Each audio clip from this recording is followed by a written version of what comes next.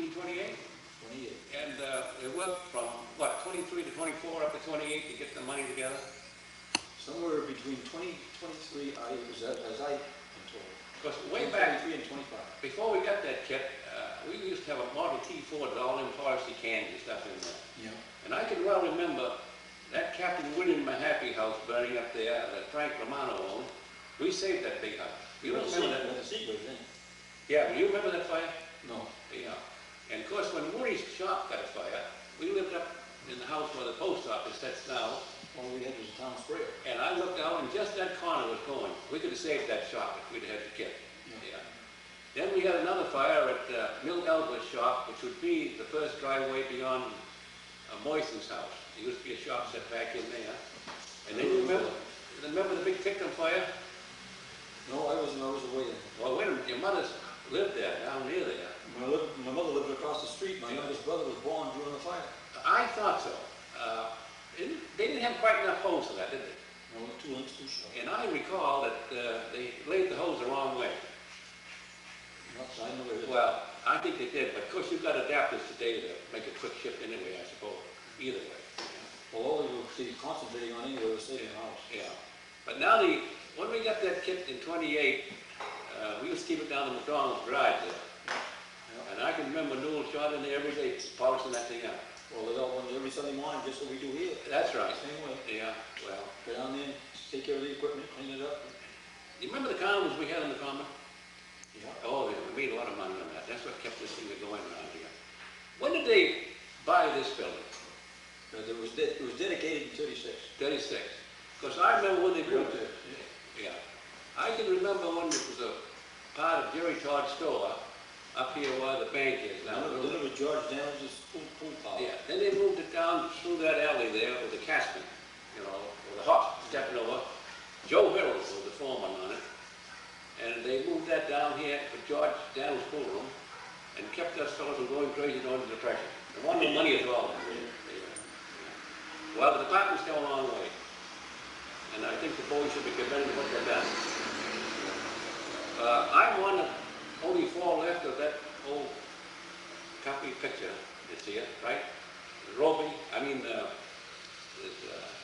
Albert, you were... Arthur Gordon, George Manton, and myself. I guess that's all that's left in there. Yeah. Right. Of course, you were away to school for a while. Yeah. Went way back, yeah. But I don't think we ought to shut this off for a while. As I say, it's all secondhand. So hold on, I can well remember. I was on the first hose company when Frank Cook was chief, and we had some good times, and you had to work awful hard to keep. We had to raise all our own money, you know. Whist parties, dances, everything, yeah. And then in this hall here, they run the men's club for years. The Sunday, we used to meet here Sunday. They started at the church, and then they moved over here. Yeah, and I think Stanley McCormick made the coffee, didn't he? Stanley was a hard worker around here. Yeah. Harvey Sanders was a hard worker. Coffee, donuts, and cheese. Yeah, and I can well remember when Roby was fired with the chief. Was he a forest warden chief? He wasn't chief. He was, as far as I know, he was forest warden. Forest warden. Yeah, any grass fire and stuff like that, he'd take care of it. Yeah, well, they certainly done well to pull the department up where it is today. They got some fine equipment here, and they got a good company. Of course, you always have a little agitation around. That's what makes the music, don't you know? You see, there was Frank Cook was the first chief. Right. And I think it was... well, Harvey Sanders... No, I think it was Alec Good ahead of... no, Jimmy Hurdle followed. Jimmy Hurdle followed Frank Cook. And Alec Good followed Jimmy Hurdle. And Harvey was followed... that's right. Alec. Yeah. Now... Remember, I'm getting too far. That's right. If you get old, you don't remember quite so well. Yeah. I can remember things that happened years ago. Yeah. What happened yesterday, I don't know. I used to know a man up in New Hampshire. Up to see him, probably named Bert Smith, who used to be a blacksmith. He's 84, 5 years old. He said, I can remember things clear as a bell 70 years ago, but I can't know where I put my hammer 5 minutes ago. That's right. Yeah. Well, I think I better. You ought to get... Perhaps Arthur Gordon might have a little more information on this. A couple of questions. Where was the apparatus kept before the station was here on Hammond Street? You know the old McDonald's garage down here? Well, it's Eric's now. Yeah. You know that little building this side of it with a door Yeah. in there. In there. In behind that, there was another door. They boarded that up. But that used to be back into the back part, and that was where the Model T was there. It kept Model T and, well, I guess that was the last, because the Model A was always toward the end. Yeah, that's right. The last trip that Model T made was to a grease plant fire up on Norcross's, next this side of Norcross's sawmill. Which Oh, was yeah. Norcross's brother. That's right. One of the grease men. His name was Boyd Norcross. No, Boyd Boyd was the, Rudolph run the sawmill. yeah. Boyd run the rendering plant. What was this? Yeah. Was his son Boyd too? Yes, might have been. Okay. Yeah. Of course, Rudy Norcross and Boyd Norcross were brothers. Yes. Now, I don't know about the next generation down. Then there was Rose Norcross was, Well, that was Boyd's wife. yeah, Rose. Rose was Boyd's That's wife. what I'm going by. I never knew his father. Yeah. And, no, I don't think so. No. So, She- Boyd was, She went down to court, I think in Salem. That's right, Yeah, yeah. that's right. I used to bring her up from the taxi. Yeah.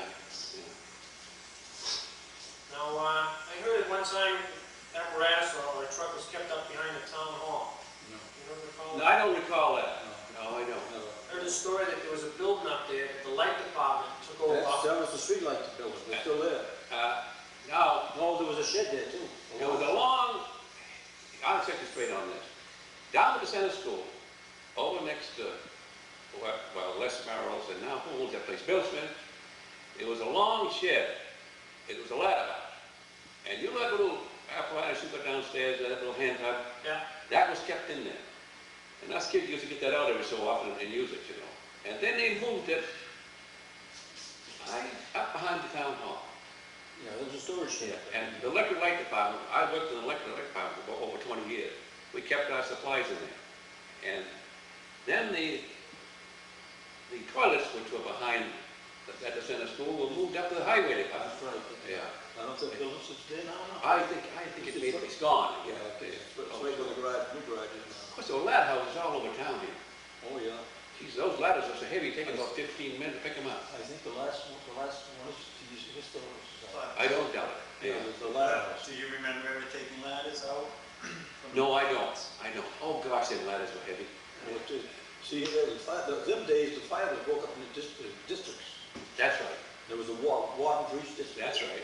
And my Uncle Will Foss, he was a warden in his area. And there was also a water bucket store. Oh, sure. Yeah. Water for the- Well, I can remember when that Happy House fire started, that Dave Kent formed the bucket brigade and helped, you know, to knock it down a little bit. You sure we had that Seagraves when that? Yes, we did have it, because Jimmy Hurdle come up there without any pants on. That's right. Yeah, raincoat was on it. He didn't Yeah, that's right. That's what I was told for. That's right. That's right. Yeah. And I remember Frankie Witham up the Byfield got overcome by smoke in the inside the building there. Frankie All. I know it. Yeah. He was a dedicated fireman. Yeah. Oh, he did a lot. He wouldn't have no mask. No, that's Worked right. his head off, and of course he'd come up. They found him standing with the hoses. He didn't know where he was, you know. Yeah. Gosh, they saved that building. It was gone if we hadn't had the kit to do it. It was just the element. Do either one of you remember where the name tuck originated from, where how the town acquired it? Ah, boy, that was way back. Oh, That's way back in the 1800s. Way. Have you ever heard these stories? No, I haven't. I think I've heard of it, but it's gone from me now. That center school. The only story I heard is when Boynton's barn, where the town hall sits now, that saved the steeple on the Baptist church. Yeah, that's so. That's the story I heard. Now Where they get the holes out of it. that Boynton fire was a big complex of building where the town hall is now. No, he was a grain and coal, wasn't he? Yes, and leather too. Because I set poles out front of that and dig down and find all kinds of leather there. I find that like when I dig down around my house. I don't doubt it. From here. Yeah, I don't doubt it. Yeah. Then, you know, let's see, talking about Mooney's shop here.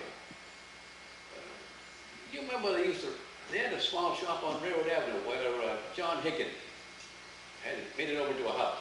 Yeah, well, there's been several shoe shops around. Yeah, oh, I The only know. ones I can remember is where Crosby had his garage, which was a baby shoe. Yeah, sure. You know, Back in the Ezekiel Rogers School. yeah. That's right. Now, going in behind where Vern Peavy lives, there was a shop. I remember making shoes. Well, that's where you went into Crosby. That's right, Crosby's used to be a shop. Yeah. And then there was Judd Brown's shop that you speak of behind the Rogers School. There was Mooney's shop. There was a Burke shop down here at the depot where, What's in the corner? who's on that corner now? Some Corvair. Yeah, I think so. Corvair. Yeah. And then we had Glen Mill, Dan's Wagon Factory, or you can go on and on. Yeah. Yeah, I think Dan Chapman was the last one to drive a truck for Glen Mill. Educator Biscuit. That's right, I can remember very plainly, yeah. Of course, And Charles, they also had an office in Newburyport. yeah. Of course, Charlie Curtis worked up there, and Mr. Bemis worked up there. See, Dan Chapman was about the last of the Mohicans. And Arthur Peavy was a foreman up there. That was a Bookkeeper too. bookkeeper, I guess, yeah. Then that building just, you remember Prime Store? Oh, yeah. Well, that big building just beyond there, they used to have a shop in there. The last one I remember that was a family in the blood. Yeah, that's right. Mervyn Black, yeah. And didn't she marry a fellow? One of them. He married a fellow. Mervyn married a fellow that owned the Parker River, along there by the river. Yeah. Yeah. Well, I think, Now, when they got the fire station down here, they had to buy this piece of property to put it on? yes, we bought it. Yeah. Oh, it was already here. But they had to buy it, they didn't own it. Oh, It used to be a pool pile. oh, you didn't, the Yeah. fire department didn't move this building? Oh, no. Thank God. We just, they just ripped out all the wooden floors and filled it in And you, 14. George Daniels had it moved down here, oh, I see. and he was a fine man. You also Then you have remember the- Milford Daniels? Yeah. Well, Yeah. he was, that was his uncle. George was his uncle. Yeah, Milford Downs and Amy Downs, George Downs and Amy Downs were brothers. Yeah. George and Ralph Daniels were brothers. Then you had to build a hose tower on I call him Amy. What was Milford Downs' father's name? Amy? Milford Daniels? George. George A. Daniels and son. The hardware store. That's what, yeah, but it wasn't, George Daniels lived on Weathersfield Street Yeah. and owned this pool. But Milford was the son, yeah. And Milford was the son of Amy, who was Anita's brother down on Main Street. I don't remember him. Amy, we always called him Amy Downs. Yeah. Milford's brother? Milford's father. Yeah. Milford only had a sister, Anita, who married Frederick Bailey. And this Chapman boy married their daughter, didn't he? Yes. But who was Ralph Daniels? Ralph Daniels owned this pool room here. No, that was George. You're right. George, You're right. Ralph Daniels is a man I call Amy. You're exactly right. Yeah. Ralph A. Daniels and son, hardware. You're exactly right. A is the Amy, the middle name. You're right. No, Kelly. Of course, they had to build a hose tower on here, didn't they? Yeah, that comes later on. Built by two of the finest carpenters you ever want to lay your eyes on. They've been a little slow, but they did fine work. Yeah. That was, Ralph Millett and Chet Wynn. Oh, yeah. Oh. Runnett and Millett were fine mechanics. They were builders here. Yeah, and at the time you had the Seagrave and the Ford out front here? I would say, Let's see, the whole tower isn't there yet. Yeah, okay. yeah. And what did the Dodge replace? That Ford? You had the Dodge and the Seagrave? Is that what you ended up The with? Dodge replaced the Ford, the Model A. And then when did the addition on the front here go on? Oh, this Very out big in the here. front. That's fairly recent, isn't it? This shed roof out here? That was built during the war. During the war? A lot of second-hand lumber in that Yeah. building. You're talking about the shed roof? Just Yeah, out there. this one out here. Yeah. The third bay. Yeah. That's built on the third. You can see the house there. We bought the house and tore it down. So then in the 50s, you got what's engine 7 now, that used to be engine 1. Right? You know more about that. I'm kind of waiting. Oh, now, wait a minute now. Let's get these fire trucks straight. The Dodge did not place the Model A. Okay. They bought the Dodge just to have another good sized truck. Okay. The Model A was behind that, All right. between that and the post tower. Okay. The Dodge was in front of it. Yeah. That was in the third bay. And after that, we bought the Sanford ladder truck from Ipswich, remember? that? Yes, we did. Yeah. That was, You didn't buy it, they gave it to you, didn't they? well, they wanted to give it to us, Yeah. but I guess it cost us $1 in the end. Well, it had to. How was the Dodge purchased? Right, brand new. Brand new? Yeah. The taxpayers' money, or was there And we just Raised raised money through carnivals and wish parties and dancing, but any way we could. How did you raise money for the original truck, the Seagraves? Same way. Same way. Yeah. Oh, gee. Remember how much that cost? I don't, $60,000. I don't know. No, It might be $6,000 or $8,000. I don't know. That was not an expensive kit. no. Might have been 12,000. I don't know. There was absolutely no muffler. The only thing come off of that engine was the tailpipe that come down, was the engine pipe coming down just like that. Yeah. When you started that up, you knew something was going on. Let me tell you, I'll tell you something about that Seagraves. The twin to it was down at the crane stick. That is right. Huh? They both were shipped the same day. Same day. Exactly the same Right. day. That's All right. Yeah. And the last ones to own it, I don't know where it was the VFW. Well, And look. they sent that to the main fire in 48 or 47. You mean to the big forest fires? You mean? Yeah. Oh, sure. Yeah. I don't know if they'll come back or not. Then Well, where is that? Where's this Seagraves now, fellas? The old Seagraves. It's in New Hampshire. Can you buy it? Well, we got first refusal, we'll put it that way. You're supposed to have first refusal on it. now, We ought to go up and see the old fellow. Where in the devil would you put it together? I don't know. That's the problem. the biggest problem. That's right. now in the 50s, Gordon, you got engine 1, which we call engine 7 now. That was built locally here. Seagrave was engine one. Well, when you got the 55 Ford, that became engine 1, Yeah. Yeah. which is engine Yeah. 7 now. But that replaced the Seagrave. Yes. They sold the Seagrave then. Yeah. Traded in, didn't they? Turned it in. Bloomfield bought it from that Ford was built in Topsfield as a fire. If that was built in Topsfield. Wood engineering. I remember in I think it was 1919, the Eagle House burned up here. We lived over where the minister lives now. And of course, they had no apparatus. I was only a kid. And Newburyport sent over their first motorized equipment on hard rubber tires. You know, it was a nice piece of equipment already. But I can remember going by the house. Now, when the Glen Mills burned, years ago, they sent over steamers. Yes, that's right. And my mother and I were on that front lawn where Bob Todd lives, early in the evening. But they said, as I was told, the steam engine wasn't the only one that was steaming, so were the horses. Yeah, well, they had, the bridge was out, that goes on down, when you go right straight across, that bridge was out. So they had to drive the horses through the flume, and they wet the blankets down and threw them on. Yeah. And I can remember Charlie Redden going up Central Street with the down sprayer and the horses. Yeah. There's something that put out a lot of fires around. It certainly did, yeah. The old town Town sprayer. sprayer. And they had 400 or 500 gallons of water to start with. Yeah. Yeah. Just like a booster tank. Yeah. Well, there's a unique story behind engine 3, isn't there, Gordon, how the fire department purchased that truck? Engine 3. Engine 3. Yeah, that's green stamp. Got that on green stamps. Yeah. But now, you I fellas, don't know how it went about. I wasn't too interested in the fire department at that time because I was trying to raise a family. Yeah. And I had to work day and night to raise a family. now, on this new kit you've got, of course, the top echelon understands this, you have to float notes on it, Yeah. on the new kit. Lease purchase. Yeah, and you pay them off on a yearly basis. Actually, we don't own it right now. No, The lease company owns it. Well, that's They're all. leasing it to us for $33,000 a year. I see. You see, now, at the end of 7 years, they'll sell us the truck for $1. I get you. Yeah, that's a good simple plan. No wrong, no harm in that. Now, Now, of course, your insurance rate must be kind of high on that too. Don't imagine. Your fixed charges are up fairly well, I'd say. But that's a beautiful piece of kit. See, we pay our own insurance too. Yeah. Had nothing to do with the time.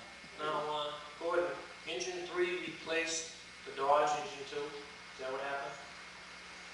Engine 3 come in the 60s. Is that when they sold the Scotty, Dodge? I lost track of all this stuff. I could go way back. I don't go, I'm not too shy. I want more or less concentration. See there. Yeah, way back, yeah, that's right. That's 62. 3 or 4. 63. I think in the, I- Two replaced replace the I Dodge. don't know if it ever replaced the Dodge or not, they just bought it. Okay. For another pumper. Just And like perhaps the the Dodge just had to take a side step or something. I think if, as my brother Albert said, if you look at that town vault up there, around 1950s, there's some stuff in there that would be, That's just We're Interesting. gonna check into that, yeah. check into it. he told me 28, now he said, somebody told him he said 40, now I know it wasn't 40. No, what? The what? That he wrote that I don't think it was. record. 28 sounds more like it. Sound, well, let's see. Hold on. That's when we bought the cigarette. Yeah, but he was drawing up a history of the association. Oh, I see, yeah. And And what is it? Is the China still here, fellas? Yeah. My father's name's on there. Is my brother Wynn's name on there? there's a lot of them on there, that's not the original. Yeah. Yeah, it's a- Cornelius F. Haley, Yeah? Winfield J. That's right. Haley. Yeah. Those are the two That was that. your father? Your father's. Yeah, Canitas. And he's, What year was that charter dated?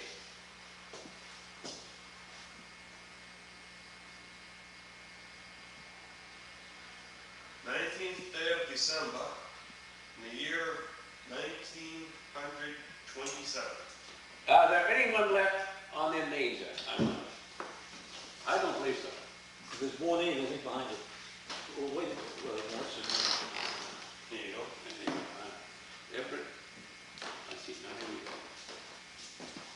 Ralph Mahaffey, Dan Minchin, he lived down that little house side of the Ezekiel Rogers School. Stanley C. McCormick, Chester E. Watson, he's in that picture over there. Irving P. Johnson, he did a lot of hard work here. Irving was a recording secretary there. and he, beautiful hand. Oh, beautiful writer, darn right. William Dummer, Harold Blazer, now you see how the names come back? Yeah. Wendell S. Pace, who was on the selectmen for years, Alma Rice Brown, Winfield J. Haley, Canitas F. Haley, and John E. Marshall. They're all gone. Yeah, right. That's Mentioning Elmer H. Brown. yeah. Well, Elmer H. Brown Jr. just passed away. Yes, he did. Yeah. Elmo lived right down the road here. He was town treasurer. Where Sesbon put him. Yeah. Yes, he did.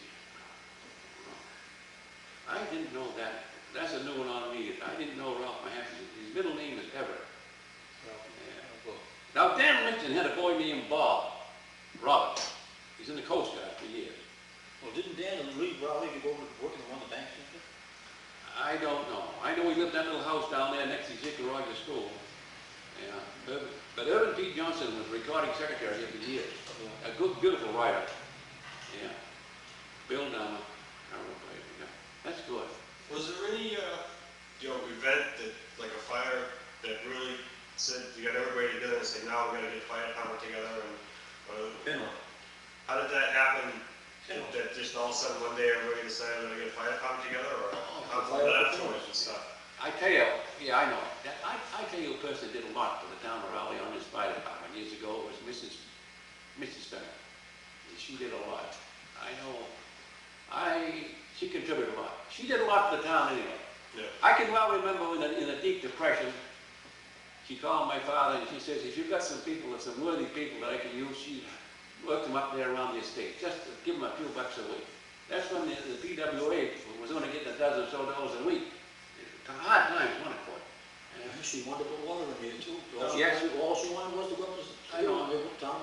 No, the town wouldn't take it. Now, Gordon, you mentioned a fire at the Fennel stage. You know what that was? Stable. Before my time. The old stable, yeah. That's a house, that's made into a house now. Dr. Teller's house. And that's Dr. Tattle's house, and that's a, Yeah, that was, it's a brick now. Carriage house. Yeah, That- That's when it was rebuilt, it was built a brick. them buildings at the Fennel Estate were fine, the best buildings I ever saw.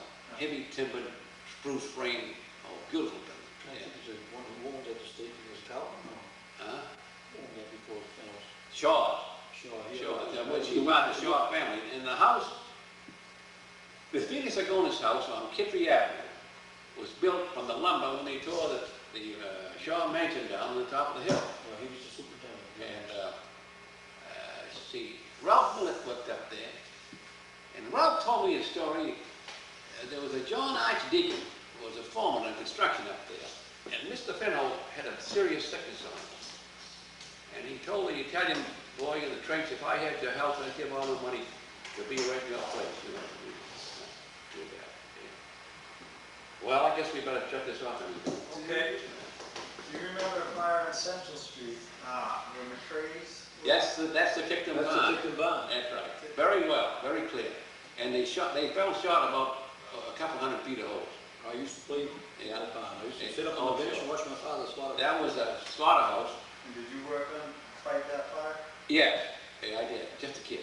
You wanna know where they pumped water from? McDonald. Right down in the Ten House Brook. Yeah. Right there with the hardware Oh, store. sure. There used to Two be, lengths of hose, two shot. used to be a slaughterhouse there. That's a long way. And the detectives were entrepreneurs, you know. They had a big business on selling beef, house to house. Cal Dickens was quite a man. Then they had a shop in Ipswich, didn't they?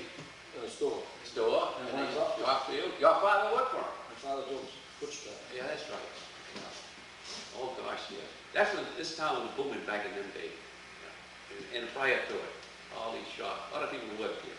See, there wasn't only the barn that burned, there was a sausage house out back which they made their own sausage. I seen them make them. And on the right, as you go down around the barn, there was a long carriage street. Yeah, The only buildings left there was three buildings, half of the smokehouse was burned. Yeah. And now the smokehouse is gone, I don't know, they rebuilt it. And now it's gone, I don't know where. But that carriage shape is the original. That's fallen down too, and the house. I can remember going by there when they were smoking hams out there. Yeah. George Gilday, I guess, was there. My father smoked many a ham and Oh, sure. bacon in there. But now, they do it different today, don't they? They infect them with something and oh, I don't know what it is. But one day, they were nice ham. Yeah. And there's the sausage, if you really had some of the tomato sausage, oh, Yeah. delicious. Of course, you fellows all remember the fire Leroy Barn on Kiffy Avenue. Yeah. I imagine some of your boys went there. On that fire. Most. Yeah. I don't know. Growing up, That was the same day as the big Chelsea fire. Yeah, I think you would see Yeah, that. we're about 10. Yeah, it was the day of the Chelsea fire. The first Chelsea fire. Yeah. And they had one after that again, another one he did. The biggest fire we ever went to, I think Rowley Kid, was the Newburyport fire. Oh, yes, yes. The Dodge Fairfax Road. Street. Yeah. And another big one was the Burt's shop in Mitchell. Yeah, I was there. Yeah, I was there. You know, Rowley saved the French, what they call the French Quarter. Yeah, that's right. I was over at that fire. Because that was hard to get out too. But that Newburyport fire was a big fire. Oh, yeah. Now, the big Salem fire in 1914, I think, Right around that is. they were sending in engines down there on flat cars, you know, not country, on railroad cars, and unloading steamers, pumpers. She said, my wife's sister married one of the people Italian, I don't know if you heard of him. Oh, indeed I have. And he was just a boy then when I was. Yeah, yeah. We took out block after block down there. Yeah. But I remember John Cutter was chief of Newburyport when that big fire was on. Old John. Yeah. First John.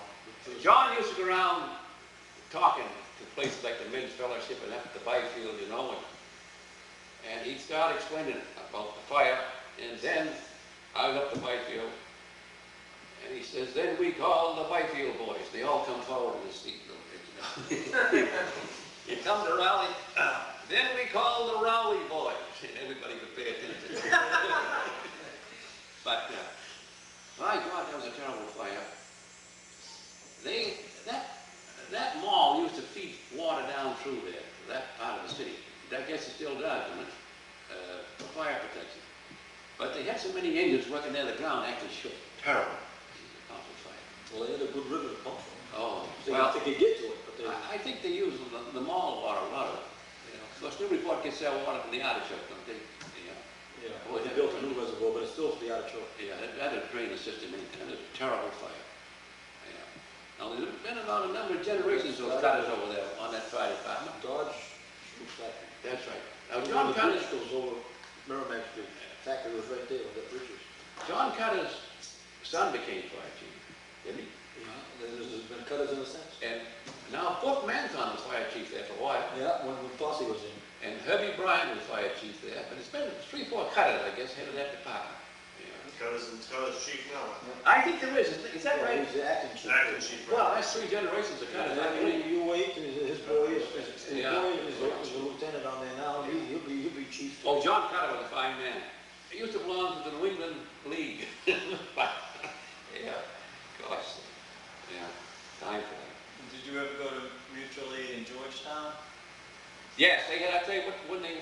No, we didn't have any kit, but the Georgetown block, which was the Burke block in Georgetown, you don't remember, that Burke.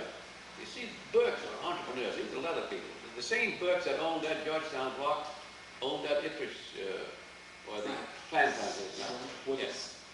Where the Undertaker is now. Yeah, he owned that. Frank L. Burke was there. He owned the one up on the hill. Frank L. Burke, the old gentleman, came all the way, just like us fellas are, all the way. In fact, he lived on Central Street. You know where that Tickman fire was? Do you live on Central Street? No, I'm on Fennel Drive. Federal Drive. Well, just this side of where Bob McGrady lives, a little small house there. I tell you, Gibby Chapman owned it, and his daughter lives there now. Granddaughter, I should say. You're right. Frank Burke actually lived in that house there one time, and he came along. I used to go around. Freddie McDonald used to drive for him. He had Martin cars, and he was a racehorse man. He was going out to Reedville, New York, so he said to Fred, "Bring the boy along." My mother I thought was dirty. I was a little bit of a kid. And we went up to South Station. He said, "Got to have something to eat, boy." And it kind of upset my mother when I come home. I was so dirty, but I had an awful good time. But Burke was a fellow that made a lot of money. And I guess he might have lost some of it. He came all the way from scratch. And he was always kind to kids. We played ball at the company once years ago, fighting, rowing, East End and the uptown of the plant. So, Burke said, I tell you, call us over. Frankie Drumstrom was one of them. He said, now look, he says, tomorrow you go up and have a game, so I'll give the winner $5. So, he set the front lawn. We fought and rowed all the afternoon. We picked 5 players. So, we finally won. He gave us a brand new dollar piece. That was a lot of money that day. And I can see Frankie Drum now with his bat over his shoulder, his glove hanging over it. He said, "Mr. Burke, don't you think we ought to get something for losing?" "Yes, I do, boy." He gave him $3. Oh, we have to do. Now, Gordon, you mentioned you bought a building next door here? Oh, it's a big building, that's a pony shop, lighthouse. Yeah. Oh, yeah, a little lighthouse, it was a little lighthouse, that's right. Yeah. What happened to that building? Tore it down. Toward this, Going down? yeah. And was some of that money used on, No, that was didn't much use it. before that?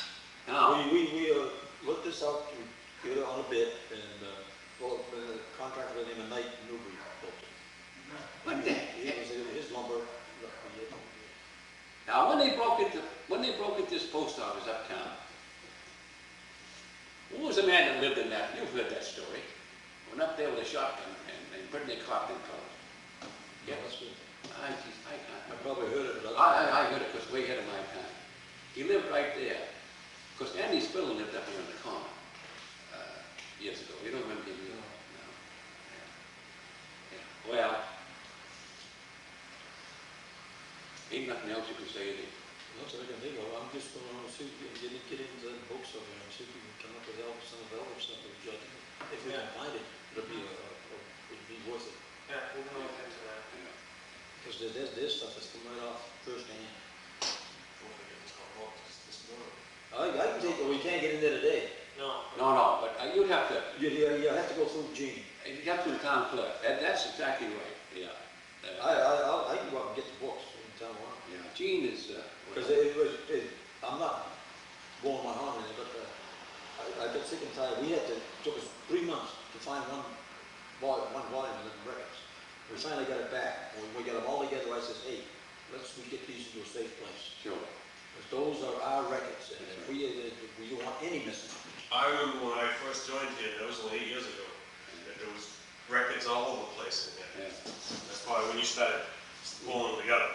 That's right. Because Get I them all together, they're in a box all together, and they're up to the town hall. There was We have even no stuff place up in the here attic up that's fireproof. the door.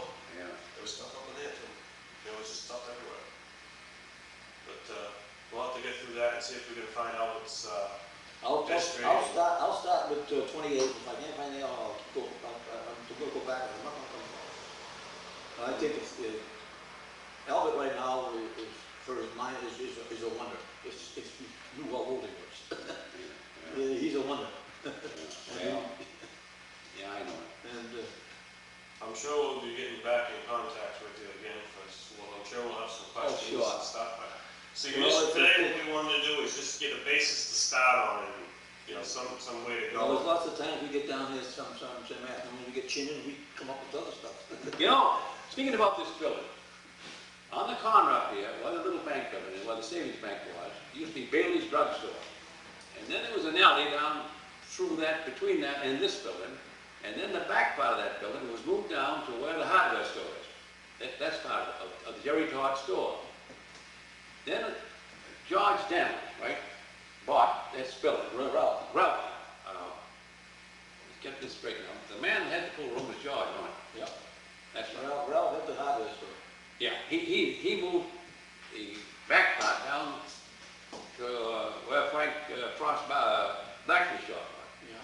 Then George, his brother, bought this part and moved it down here, through this alley here. Yeah. And I can remember the horse stepping over the casket, you know, the rope that round and round, and they come down through it. That's how my house was moved to. Yes, it was. Now, your house used to be part of the estate where King lives. No, Yeah. school. That's right, too. King used to live here. Yeah. Then the big house came from there, too. Yeah, there was, I think somebody told me there was 3 houses. Yeah. At one time. Yeah, now the little house that sets this side of Daniels' store was part of the selectmen's office where the center school is now. Yeah, that part. Been a lot of stuff moved around. Oh, sure. Well, the reason why my house was moved out is Richardson. Beck Richardson. Yeah, that's right. Yeah. He built his brick house. Yeah, he had a beautiful building. It's a, Because Eleanor was born in mine. I think she was. I don't know if Tracy was or not, but I know. I bet you was. I wouldn't be surprised. Now, here's another one. Just beyond that house used to be the Universalist Church. Yes. And that's where Wilbur Foster and Eleanor started keeping house. She went up one day and forgot something. And left the fire iron on, as I recall, and the house burnt down. And I stopped one time, and Wilbur was in there with one of these little shakers, you know, trying to find a diamond ring. He never could find it, of course. Yeah. That used to be the Universalist Church.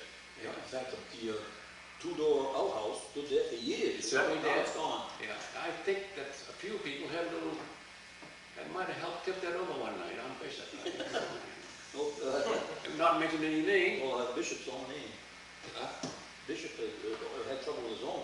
Yeah, well, He even drove, planted 2 telephone poles on it, Yeah. lashed the building to the telephone pole. yeah. What they do, did they? Went down to Tickham's pit, brought up a cable, tied it around the back house, and walked under the truck and pulled it over. You know, Bishop had a lot of good points, so didn't But he was a smart man. he? He had a lot of good points. Bishop was a Yeah. smart man. Oh, sure. He built that country wonder. Oh, I worked on that. Oh, sure. There's a picture of it somewhere. You mean on the 300th anniversary? You know, you go down there now, you'll probably find some remnants of it. Oh, Just rock, sure. sit there and rock. Oh, sure. Yeah. He had a lot of good points. I think everybody does, you know.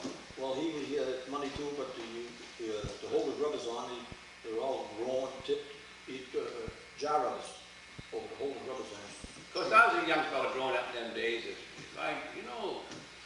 I needed a few bucks, no question Bishop would help me out. No question. Many people. No question about it. Yeah, it was all right. Yeah. Let's see. I know, somebody used to buy insurance and they couldn't afford it, well, we'll let it go. Well, Kurt bought his insurance for years off it. Yeah. Gosh, he had a lot of good points. Yeah. Now, his brother Wilbert was a lawyer. Yeah. When I was a kid, of course, we did tell us 2 houses down, 1 house down. Well, Kimball's was between us. That's right. And anything that went wrong over in his house, he'd come over, old sheriff, with a cigar on a toothpick, Yeah. and sucking on it. And they were trying to find out what we did over there, what we did with whatever it was. We weren't even over there. Well, let's see, which one of those Kimballs was the cobbler? It was Charlie, Charles. he lost his leg out here. Yes, he did. It's too bad. And the other one was Ed. Yeah, That's that was right. Elizabeth's father. And Elizabeth took care of Cal Tickton for years. Elizabeth. My mother. Huh? Well, Cal wasn't around yet. I don't mean Cal. Who lived up in the little house where I was? Gene Tickton. No, Gene lived across the street where Kip Chapman lived. You know what, Bob? You know where Glenn Bibby lives? Yeah. That little house. That was Andrew. Andrew Tickton. That's the one. Yeah, sure. That's right. Let's give him work for him for years. Because I've got Andrew's cane, I'm going to give it to the Historical Society. You have, sure. Yeah, your mother would be pretty close in that. Well, where I mentioned my mother, Cal moved into the old homestead. where McRae lives now. Now- He was living all alone, and he wasn't taking care of himself. Hold on, now hold on. You're talking about Caltech, that lived up to the common? No, I'm talking about young Cal. The boy. That's it, yeah, okay, yeah, right, yeah, all right. I think he was the oldest boy, wasn't he? He was an old fellow when my mother took him out of there. She took him out of there and took him over to Kimball's, and we didn't have any bathtub. And she scrubbed him all clean, brought him back over to our house, put him to bed, he lived 3 days. Yeah, that's what killed him. No, well, Oh, too bad. that house really is, it was insane. Yeah, too bad, yeah. That family had a lot of money. I think the last one to die was Albert. Albert was the last one to own the business. Why, the one that, He lived in Ipswich. yeah, well, didn't he have that market in it? Yeah. Well, he Well, was. Gene worked with Albert, for Albert too. Yeah, For the last one. Yeah. At the last of Gene. Yeah. You know. yeah. Well, I think we have nothing